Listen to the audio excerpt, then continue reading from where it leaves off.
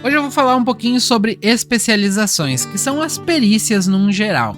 Aqui nós vamos conversar sobre o que cada especialização pode ser, né? Eu não vou entrar na questão de a especialização de atletismo faz isso, não. A questão é que eu vou explicar um pouquinho sobre qual é a proposta das especializações, vou falar para vocês sobre uma mudança que eu fiz na rolagem de dados e também vou explicar como aumentar as especializações. Aqui a gente vai falar sobre treinamento também.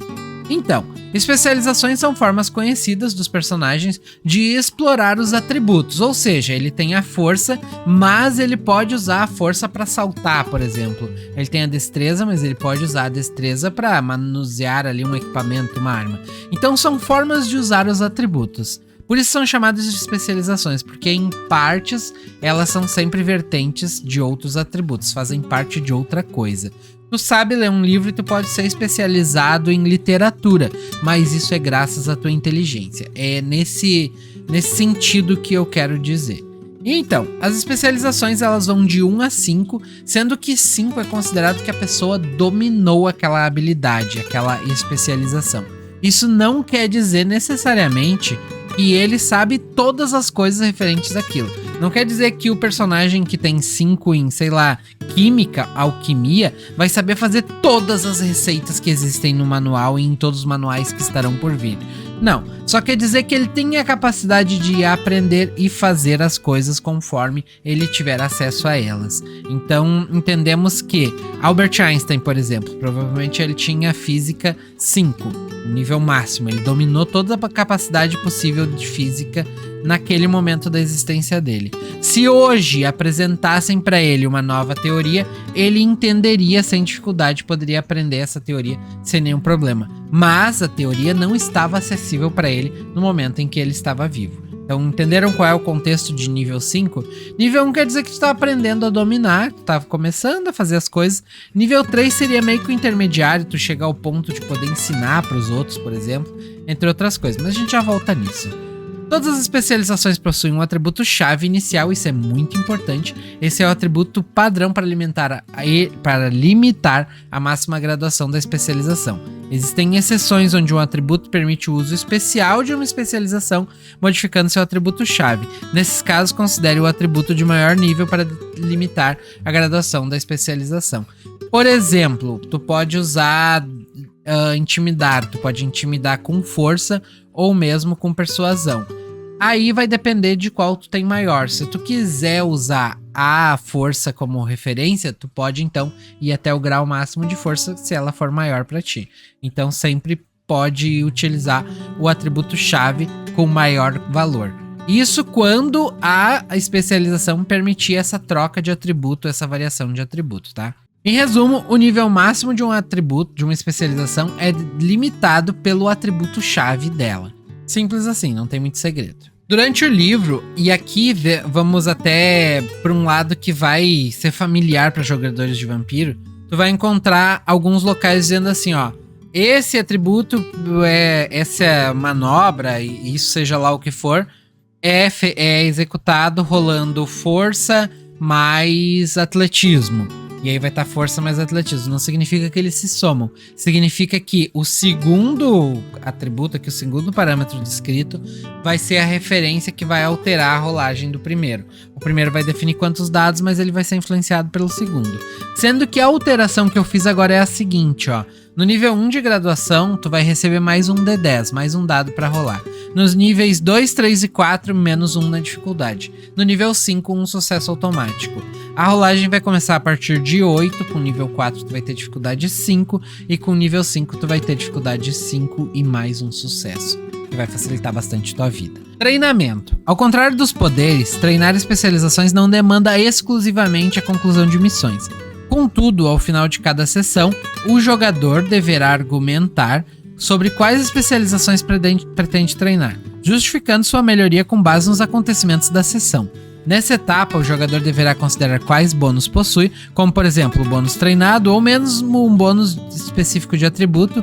É de responsabilidade do jogador informar quais bônus possui, e os dados concedidos serão limitados pela experiência fornecida pelo mestre e ao considerarem os dados bônus. Para aumentar um grau de especialização, é necessário o próximo nível vezes 50 pontos. Isso é o que eu determinei aqui e provavelmente eu vou mudar para 25, ainda não sei. Destacando que sempre que o personagem aumentar um grau, os pontos de treino serão zerados, muito importante. O treinamento não anula o uso de missões. Para receber dados extras, esses deverão ser previamente combinados com o mestre e o bônus poderá ser definido conforme a dificuldade da execução. E aqui tem uma pequena listinha para a gente entender. Uma missão fácil.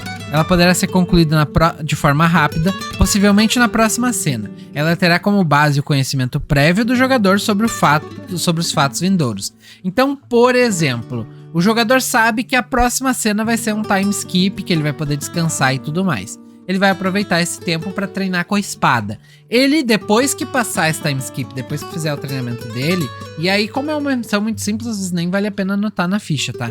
Como ele sabe que ele vai poder fazer, ele vai ganhar um D10 de bônus após o treinamento. Então o jogador vai ganhar ali um D10 de experiência para a habilidade de espadas, e ele vai poder jogar ali os pontos e gastar eles, ou mesmo aumentar a habilidade se atingir a meta. Depois temos a dificuldade de nível 2, que é moderada. Não existe a possibilidade de concluir na sessão atual, talvez demande recursos ou tempo. O jogador não possui certeza se a missão poderá ser concluída. E aqui ele vai ganhar 2 D10, e nesse caso pode ser algo tipo: eu treinei bastante com a minha espada, agora eu quero derrotar 10 goblins. Quero derrotar 10 inimigos. E aí ele vai derrotar esses 10 inimigos. E quando ele terminar de derrotar os 10 inimigos, claro que ele vai receber experiência de combate, entre outras coisas. Aí ele ganha 2 D10 extras para rolar para especialização de espadas, por exemplo. E aí temos a dificuldade difícil. Envolve uma dificuldade extrema e deverá demorar pelo menos 2 sessões. O jogador não possui os meios para concluir ou terá que enfrentar alguma dificuldade para alcançá-los. Nesse caso que ele ganha 3 D10 de experiência. E aí vai demandar uma coisa muito mais difícil do que propriamente derrotar um número X de inimigos. Talvez seja derrotar um inimigo específico mais forte que ele. Talvez seja adquirir uma nova arma muito específica.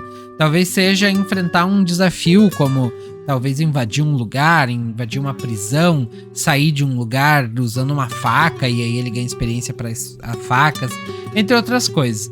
Então, geralmente, a dificuldade da missão está atrelada a quanto vai demorar para ela ser concluída, podendo ser concluída naquela sessão mesmo, na sessão seguinte ou na outra ainda. Uma questão interessante é que isso precisa ser alinhado com o mestre. O jogador ele vai apresentar a missão, eu quero fazer tal coisa. E o mestre vai analisar, isso ele não vai conseguir concluir hoje, então pode botar que é difícil.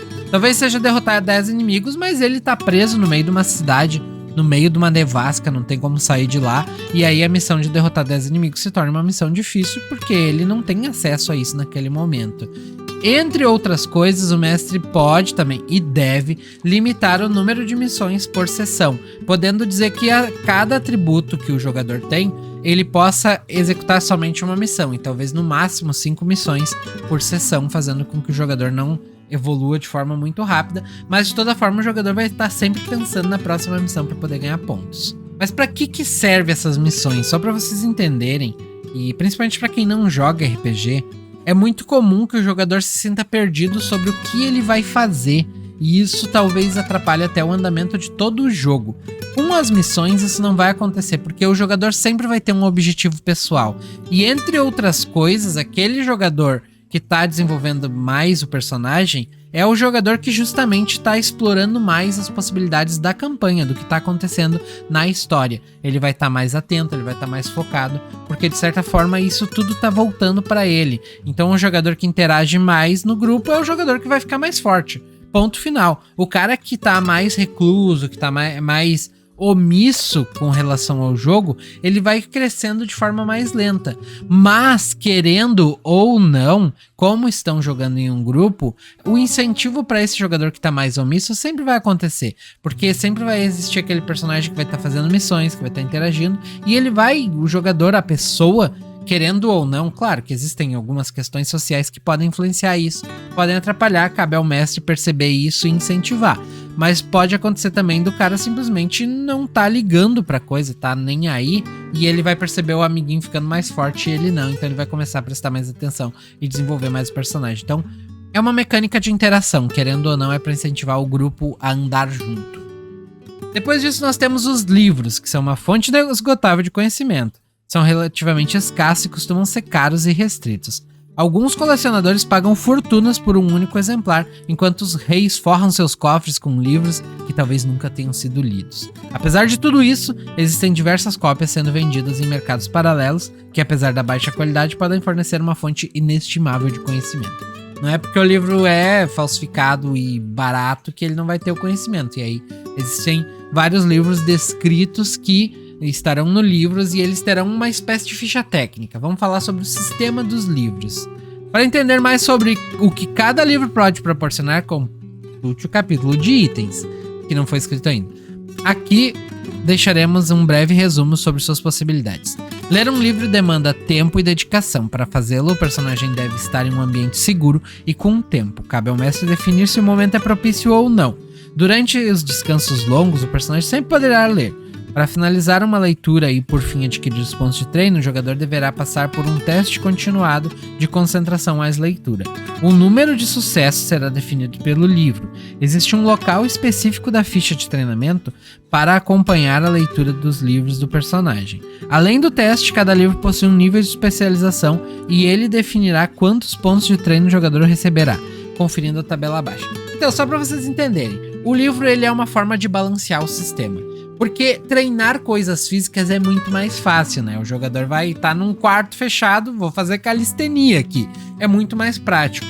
E os livros, eles são essa ferramenta que vai fornecer para o personagem mais pro lado mental, mais pro lado social, também treinar suas capacidades a qualquer momento. Então, nesse caso, eles terão aquele livro ali que eles vão ler ao decorrer do tempo que lhes é fornecido. O tempo está diretamente ligado à velocidade que ele vai ler o livro. Então, quanto mais tempo livre o personagem tiver, mais ele vai poder ler. E aí a gente utiliza esses time skips, esses descansos na taverna, esses momentos de pausa do RPG, por assim dizer, para que os jogadores possam utilizar as coisas que ele tem, dando valor aos itens que eles carregam e mais um significado até mesmo para as moedas que o jogador tem, porque ele vai poder procurar novos livros quando chega numa cidade, vai poder até mesmo girar uma campanha em torno de um livro, um item de treinamento. Mas os livros não são simplesmente ler eles e ponto final, tu vai ganhar os pontos, porque cada livro também tem seu grau de especialização e a depender do grau de especialização, o jogador vai ganhar uma quantidade diferente de experiência. Como assim? Digamos que eu tenha um conhecimento prévio sobre biologia. Tá, eu tenho um conhecimento bem básico. Se eu for ler um livro de mestrado de biologia, é provável que eu não entenda nada. Eu não vou nem conseguir ganhar experiência com ele, porque eu não vou saber do que eu tô lendo. Agora, se eu for ler um livro ali, do ensino médio de biologia, eu vou aprender muitas coisas porque o meu conhecimento é quase nulo. Então ali eu vou conseguir absorver. Agora, se eu for pegar um livro da faculdade, talvez eu aprenda um pouco mais, mas com certa dificuldade, eu vou demorar mais tempo para ler e tal. Então, a depender da dificuldade do livro, assim como se eu pegar um livro da primeira série de biologia, não existe, mas digamos que existisse, né? Ou, sei lá, um livro de alfabetização, e eu começar a ler lá o livro de alfabetização da primeira, segunda série, eu não vou aprender nada com ele, porque são coisas que eu, teoricamente, já sei. Então, a depender do nível de especialização do livro, o personagem vai ganhar certa experiência. Sendo que, se o jogador tá lendo um livro que tá 2 graus abaixo do nível de especialização dele, ele não ganha ponto de treino. Se ele tá lendo um livro que tá 1 grau abaixo da especialização, ele vai ganhar 2 pontos de treino. Um livro que tem o nível de especialização que ele tem 3 de biologia e tá lendo o livro de nível 3 de biologia. Ele vai ganhar 2 de 10 quando terminar o livro, claro. Se ele tá lendo um livro que é 1 grau acima, ou seja, ele tem 3 de biologia e o livro é nível 4, ele ganha 3 de 10 quando terminar. E se ele vai ler um livro de 2 graus acima, ele não pode ler. Não é que ele não possa ler, né? Eu acho que eu me expressei mal aqui, mas ele não ganha ponto. No caso, não ganha XP, eu vou colocar assim. E as coisas não param por aí, porque para aprender coisas tem várias formas, e uma delas é através do sistema de professor. As grandes cidades investem recursos sem fim no preparo de professores e é graças a eles que muitas pessoas sabem o que sabem. O personagem poderá buscar auxílio de um mestre para acelerar seu ensino. Além das muitas escolas de combate, é comum encontrar pequenos centros de pesquisa dedicados a estudar áreas específicas das ciências. Estes locais costumam oferecer seus serviços àqueles com muitas moedas para pagar. Mas uma forma de gastar dinheiro, né? Aqui tem uma pequena ceninha que eu descrevi para vocês entenderem como funcionam esses sistemas de estudo. Inclusive, eu acho que eu tô dando muita XP pro personagem nessa ceninha aqui. O sistema de rolagem de dados aqui tá desatualizado nessa descrição, então talvez dê algum equívoco, mas a gente já vai ver aqui e eu corrijo se for o caso. Carlos é mestre em arrombamento de portas, contudo machucou suas mãos ao segurar uma maçaneta quente, protegendo seu grupo de uma poderosa rajada de chamas. Sua cura será demorada e ele é o único capaz de destravar mecanismos. Então, pensando em preparar o grupo para qualquer situação, ele propõe que Robson aprenda sobre sua especialização. Ambos estão em uma taverna comemorando a última vitória e lembrando que se não fosse por Carlos ter arrombado a porta a tempo, todos estariam tão assados quanto o javali que se apresenta à frente deles. Robson e Carlos optam por abandonar o jantar mais cedo e sobem para seus quartos, a fim de ensinar Robson como arrombar portas. Carlos possui sabedoria 2 e arrombar 3. Robson possui concentração 3 e estudar 0, além de arrombar 0. Carlos rola os dados e ele obtém ali um sucesso, enquanto Robson também rola os dados e obtém um sucesso. Então na noite de hoje, Robson acumulou sucessos continuados no estudo de arrombamento, faltando apenas um para que possa rolar seu próximo dado de treinamento de arrombar. O teste continuado será anotado na ficha de treinamento. Já Carlos recebeu um D10 e optou por adicionar no treino de sabedoria, do qual obteve um 8 no D10 e anotou em sua ficha de treinamento, sabedoria 8 de 300. Então não somente o aluno aprende, ganha XP, como o professor. Os números não estão precisos aqui, eu preciso alterar isso. E isso vai demandar testes e tudo mais. Eu acho que quando eu mexi na XP eu não levei em consideração as outras formas de upar e meio que ficou bagunçado, mas eu vou mexer nisso aqui. Então só para entender, quando um professor ensina, ele ganha XP naquilo que ele está ensinando e ele pode escolher tanto aumentar a sabedoria quanto a especialização que ele está ensinando. E aí é uma forma de ensinar como ficar mais sábio e tudo mais. E no caso, o aluno vai ganhar pontos quando ele preencher a demanda ali de aula, que geralmente é uma quantidade X de dados de sucesso que ele precisa ter ao longo do estudo. Então ele vai bater aquela quantidade de dados, que é uma demanda de, sei lá, ele vai precisar ao longo das aulas dele atingir 5 sucessos. São várias aulas, ele vai acumulando sucessos. Quando ele atingiu os 5 sucessos, significa, tá, agora eu aprendi um pouco, ele vai ganhar um dado. Daí daqui a pouco ele vai precisar de mais 5 sucessos para a próxima aula. Então ele vai estudando, conseguiu 5, mais um dado. E por aí vai. Então assim ele vai aprendendo tanto com professores que ele pode contratar, e aí são professores mais especializados e tudo mais, que permitem que o jogador tenha um acesso mais fácil a esse ensino, quanto com os próprios outros jogadores, podem se ensinar entre si. Além da divisão em atributos chaves, as especializações possuem subcategorias que estão divididas lá na ficha. Sendo elas física, que utiliza o corpo, né? Acadêmica, estudos num geral, mental, que são aptidões quase que nativas da mente humana, e ofício, que são geralmente obras mais manuais, mais manufatura e tudo mais. O grau de especialização, sendo dividido em 5, pode ser caracterizado como nível 1, amador, tem curiosidade sobre o tema, mas ainda sabe muito pouco. Dedicado, você já tem uma boa noção básica sobre o tema, poderia executar uma ou outra ação relacionada. Estudado, você domina a essência da coisa e poderia facilmente se tornar isso seu meio de vida. Profissional, as pessoas pagariam para que você utilizasse suas capacidades, você domina como poucos. E mestre, você foi tão longe quanto era possível, dominando conhecimento sobre o tema como ninguém. Talvez seu nome seja reconhecido no mundo afora, dado a tua capacidade com aquela especialização. Além disso, existem as manobras, que são como skills, é aquela árvore de skill que eu venho falando, né? Que podem ser compradas dentro das especializações. São movimentos ou ações que demandam treino e conhecimento. As manobras permitem que o personagem use suas especializações de formas variadas. Em boa parte das especializações serão listadas algumas manobras possíveis. Estas estarão descritas no capítulo de manobras, bem como pontos de treino necessários para dominá-las. E aí, por fim, pra gente sentar o martelo aqui, existem os modificadores, que vão além das especializações, definem a forma pela qual você tem o costume de usar seus talentos. Sempre que alcançar o grau 3 de uma especialização, você escolhe livremente uma das especializações para adquirir uma segunda ou terceira especialização. Você deve iniciar um treinamento em um custo igual ao nível 3, 150 pontos de treinamento. Esse treinamento é separado do próprio treinamento de especializações. Vamos dar uns pequenos exemplos aqui. Na habilidade de luta, que tem a característica-chave destreza, existem 3 possíveis modificadores. 4, desculpa. Possíveis modificadores. Não, 3, volta no 3.